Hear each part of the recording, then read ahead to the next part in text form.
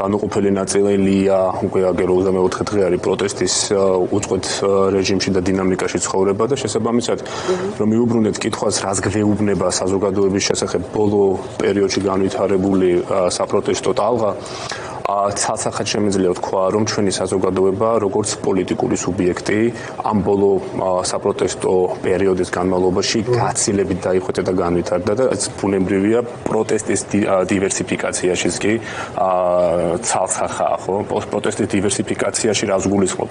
შეგახსენებთ, როდესაც დაიწყო საპროტესტო ტალღა, ხო?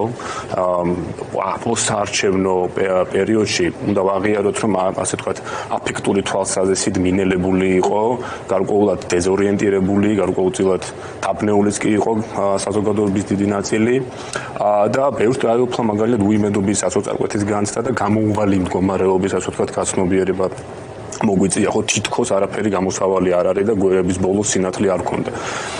და შემიძლია გამოვყო ორი კომპონენტი, რომელმაც ჩვენი საზოგადოების მყისიერი პასუხი, მყისიერი რეაქცია გამოიწვია, ხო, ეს არის ერთი აფექტური კომპონენტი და შემიძლია პირდაპირ იდენტიფიცირება ამ კომპონენტის, ეს არის ბრაზი და ბრაზი როგორც პასუხი პოლიტიკური ძალაუფლებრივი სისტემის მიერ სტრუქტურული ძალადობისა და სტრუქტურული უსამართლობის ახალისებისა და განხორციელებისადმი. ეს მინდა ესეთი ემოციური, აფექტური განზომილება იყო პროტესტის, რამაც სამწუხაროდ ფიზიკურად არ ვიყავი საქართველოში და როგორც კი დაიწყო ეს ყველაფერი შემოუერთდი, როგორც კი დავბრუნდი. და მეორეც მინდა კოგნიტური, სტრატეგიული, პოლიტიკური განზომილება, რომელიც ცალსახად დგას უკვე ღირებულებებზე და შესაბამისად ამ ბრაზის საპრიწონი არის აი სამართლიანობის კატეგორია, ხო, ვთქვით, შემავსებელი. სამართლიანობა, რის და უსამართლობა, ბუნებრივია, დიალექტიკა, ხო, ამ ორი კატეგორია. ერთი რომ საზოგადოების ძალიან დიდ ნაწილს ჰქონდა უსამართლობის განცდა არჩევნების შედეგებთან მიმართებით, ეს ერთი და შესაბამისად ბუნებრივია ირაკლი კობახიძის განცხადებამ, რომელმაც ხალხის სპონტანური შეკრება გამოიწვია.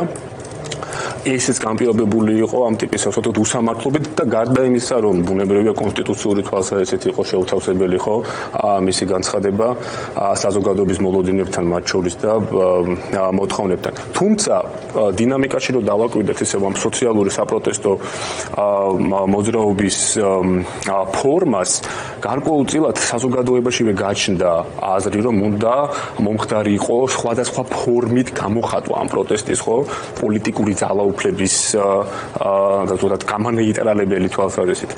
აი ახსენა ჩემო კოლეგამ ხმა და ხმების დივერსიფიკაცია იყო საჭირო. ხილვადობა იყო საჭირო იმ ჯგუფების, რომელთა მათ შორის იდენტობა ან არსებობა ძალიან ბევრს მათ შორის პოლიტიკურ ძალაუფლებრივ ინსტიტუტებში არ ციცოდნენ. და შესაბამისად ამიტომ ხვდებით ამ ტიპის მრავალფეროვან, მე ვიტყოდი